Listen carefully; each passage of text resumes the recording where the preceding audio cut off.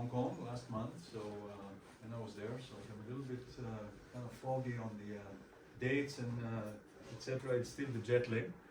And now we're here in Europe, so this is the first time we're actually showing our M7. I'll talk briefly about it, and of course then I'll welcome questions, which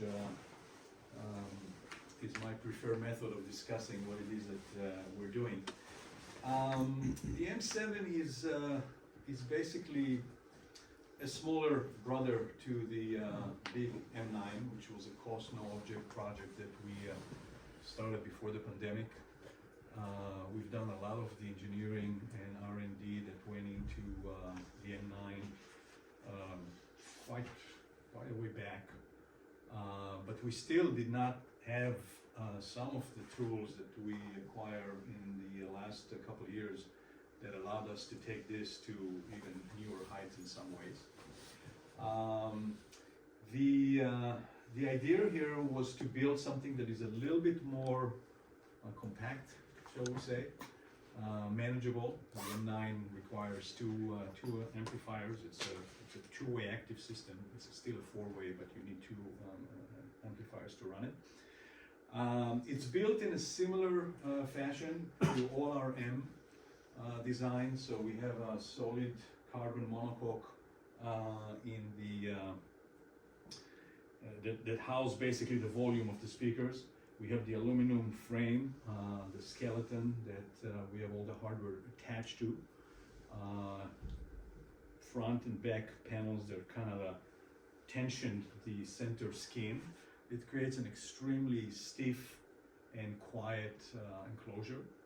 A lot of the new technology that gone into our drivers lately are in the M7, similar to the M9. A generation of carbon graphene skins with aluminum honeycomb for the first time in these speakers. Foam surround, which is also, I'm sure Martin will have lots of questions about that. Also a new thing. Probably all remember the old days of the foam surround that used to crumble and die. Well, now we have a foam surround that does not do that, but still gives you the same benefit that foam gives you. As foam is better than rubber for anyone who has any doubt about that. Not for longevity, but this come close to that.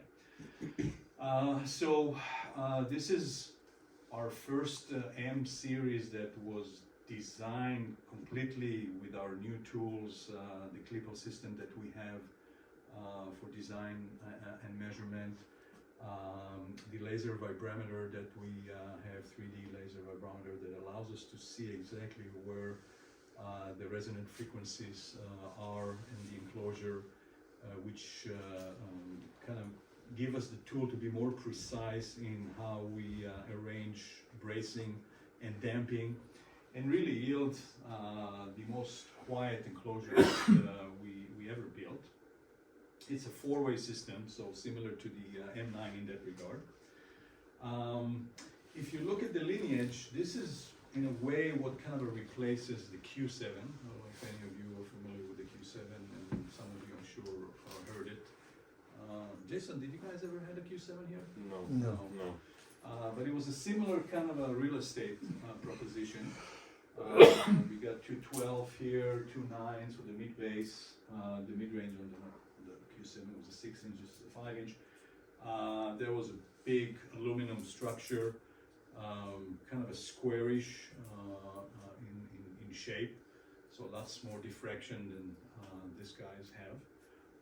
But this is kind of the replacement of what the Q7 used to be, which was our flagship before we built the M9.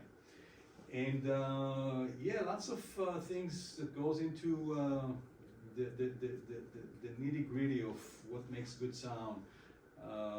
Crossover parts, dual caps that we're now using for the first time on the M series. Even the custom made binding posts that are pure silver, little things like that all kind of build up for what it is that you're about to hear. So that's kind of a